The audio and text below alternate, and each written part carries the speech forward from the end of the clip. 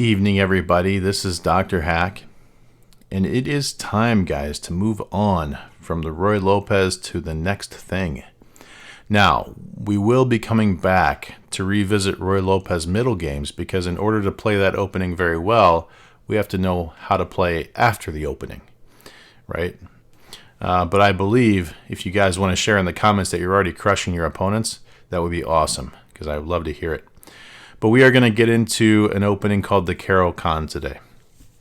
And what we're hoping to work towards together, right, is we're hoping to work towards a completed opening repertoire for the beginner or amateur of chess that they can use to then progress through the ranks. And so at the end of the Caro-Kann, when we finish this one up, I'll give you a vote and you can pick the next one. Now, I'm going to guide that vote because I want these all to mesh and I want the ideas to match really well so we don't have to learn too much. Okay. And then maybe, if we're really thinking far ahead, maybe after we do that next one, we can then grab all you guys and start pushing you into intermediate level chess and learn some cool stuff. We'll see how far we get. Right. So one of the most important things that I can tell you as we start learning the black side of the game is that it feels different to play the black side of the game than it does to play the white side. Because when you start, the white pieces get the first move and they start at an advantage. Now, as amateurs, right, we don't really feel that advantage for very long because often our opponents give it up because they don't know what they're doing, which is fine. Right, and then we're going to give it back to them, and they're going to give it back to us. And we never even notice that it's happening because it passes back and forth so much.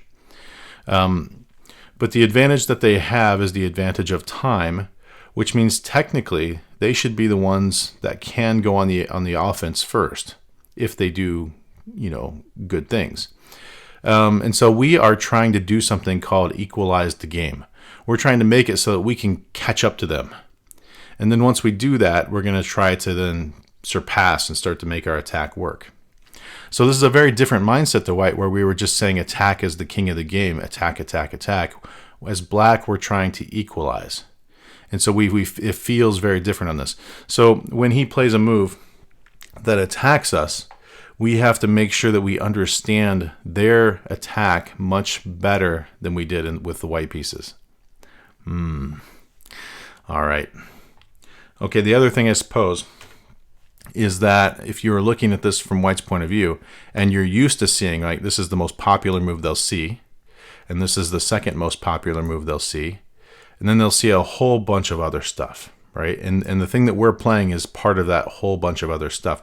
I would say probably 60 or 70% of their games will be covered by these two moves as white. And so when we play this one, they go, question marks appear above their head in this little cartoon bubble. Well, that's just fine. And you can see the gears start turning and they go, what do I do? And now think about if you were them, what do you do? Well, we could move a whole bunch of different stuff. We can move this knight out. We can move this pawn up. There's nothing here to stop us, right? We can move this pawn up. We can move this knight out. We can move this bishop out.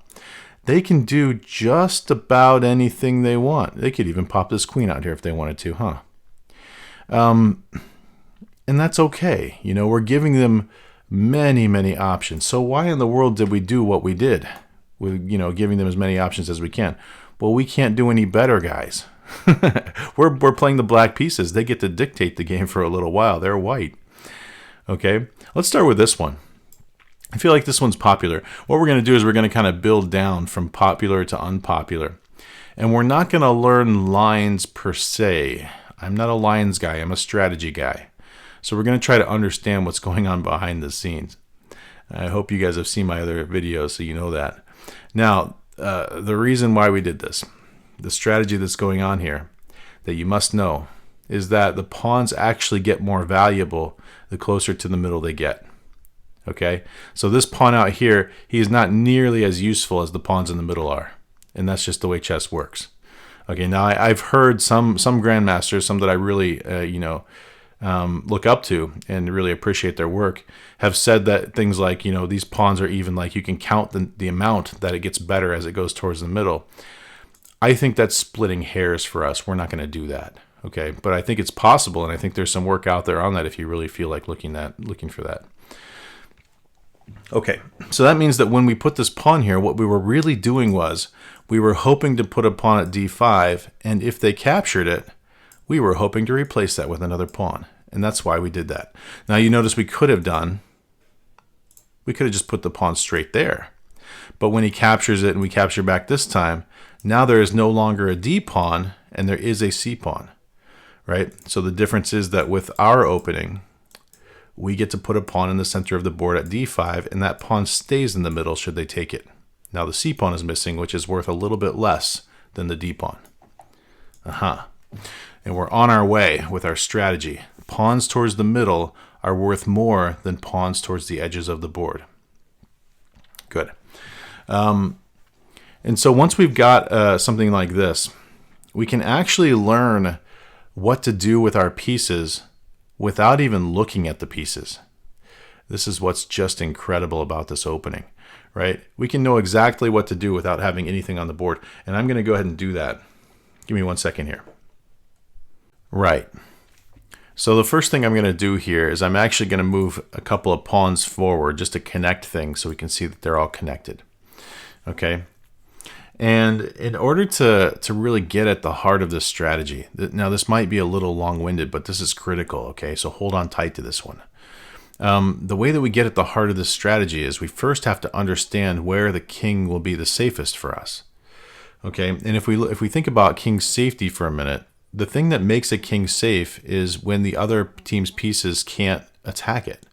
And so if we have the king sitting where he is, this line is very dangerous because it's open. There's no pawns on that line. And there's no pawns on this line. That's very dangerous. It's a line going around the king, right? There's only one pawn on this line. That's very dangerous because if this pawn ever gets removed, which pawns tend to do, right? They tend to move around during the game a little bit. We could always try to even sacrifice something for this one to make him want to go. There's going to be an open line for rooks and queens coming right at the king in the middle. He can't stay there for very long. He's going to get in bad shape. And you think about if we can go that way, and you realize pretty quickly that that's not too much safer, right? We have an open line going right by the king here. And if this pawn ever moves and trades, we're going to have an open file to the king here. And then again, this diagonal, maybe if you can get one pawn to move out of the way, it's a half open diagonal there. This king just isn't safe there, and he's not safe here, so he must go that way. Same with white. We're going to walk the kings over there so we can take a peek at this closer. All right, now, remember we're playing black, and we have to understand our opponent's attack at a very deep level, okay, in order to understand what to do here. So I'm going to flip the board. And we're going to pretend like we can see all the pieces, because we're good at imagination. And we're going to pretend now that these pieces are doing stuff to us. How in the world does he attack? Let's start with this bishop. How does he get to your king?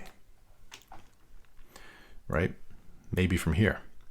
And that bishop from here would be attacking exactly h7. Okay, that's interesting. How many other pieces does he have that can get to h7 very quickly, right?